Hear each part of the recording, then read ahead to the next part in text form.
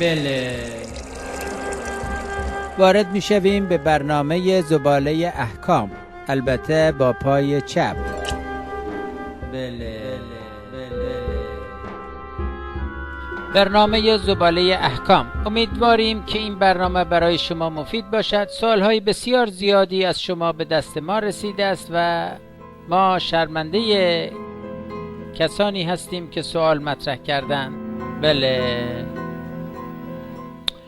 خب اما یک تلفن بشنویم از یکی از بینندگان، ببینیم چه سوالی برامون مطرح کردن. مخلد امام خمینی، ببینم میتونم از این به بعدم مخلد ایشون بمونم یا باید حتما مرجع تقلیدم رو عوض کنم؟ بله، متعجب و مبهوتیم. آخه خاک بر سر اون بسیجی نفهمت کنن که بعد از 23 سال تازه این سوالت شده.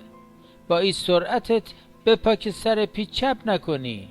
تو با این زبر و زرنگیت دنبال مرجع زنده هم که بری تا بخوای عقب جلو کنی و تصمیم بگیری، طرف مرده. خب بگذاریم. تو باید بدونی که یکی از شرایط مرجع تقلید اون است که مرجع تقلید باید زنده باشد. این فتوای همه مراجع هم هست. بنابراین اگه مرجع تقلید از دنیا رفت، شخص باید از مجتهد زنده تقلید کند، یعنی باید مرجعشو تغییر بده. به این معنا شما داری اعصاب آدمو خط خطی میکنی. آخه آدم دبنگ الان که کفن او کفن پاره 10 دورم پوسیده و مارمولکا دارن او زیر زمین باهاش چکا میکنن؟ تناب بازی میکنن. و وقت تو میگی برش باقی بمونم یا نه؟ آخه شما که مقلد حضرت امام بودید باید یک مجتهد و مرجع تقلید زنده داشته باشید. اگر اون مجتهد زنده فتواش این بود که بقای بر تقلید میت اشکال نداره، معنیش اینه که مقام عظمای ولایت اونقدر وضعش داغونه که میگن از مرده 30 سال پیش تقلید بکن، از این نکن.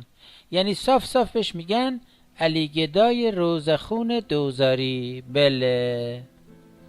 نتیجه این که شما همچنان میتونید باقی بر تقلید هر بوقی بمانید، این اشکال نداره. خلاصه مطلب، شما اگر به استناد فتوای یک مجتهد زنده، یک مرجع تقلید زنده، باقی بر تقلید میت بمانید و زیرا به ولی فقیه ناقص نظام را بخواید بزنید، این امکان ندارد. بله، این جواب رو هم من کشکی و از روی معده ندادم بلکه دقیقاً از روی تحریر الوسیله امام راحل جلد 2 صفحه 409 خونده شد، چون بنده خودم هم باقی به میت هستم. بله. و السلام علیکم و بازم بله.